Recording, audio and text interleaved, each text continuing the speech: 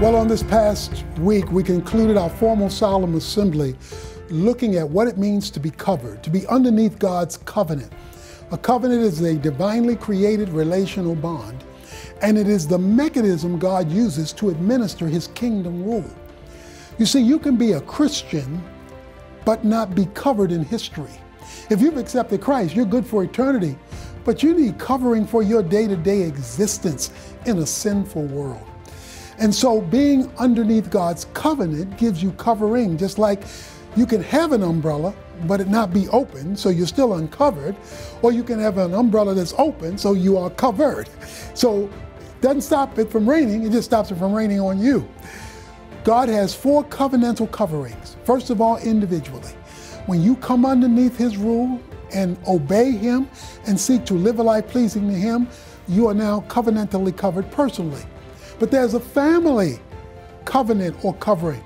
That's why the Bible says that the person who gets married, they are your wife by covenant. That's why God created Adam to cover his family and was blamed when he didn't do it.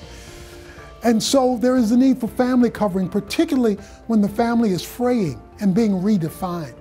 Then there is church covering. We call it the new covenant, where God utilizes the church when it is functioning biblically in a unique way, even to influence society.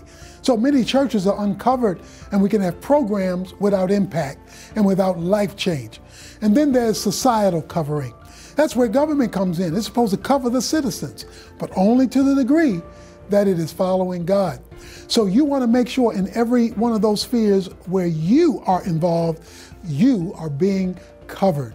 Psalm 128 walks through all 4 of those categories and offers you well-being, shalom, if you are operating underneath God's covenantal covering.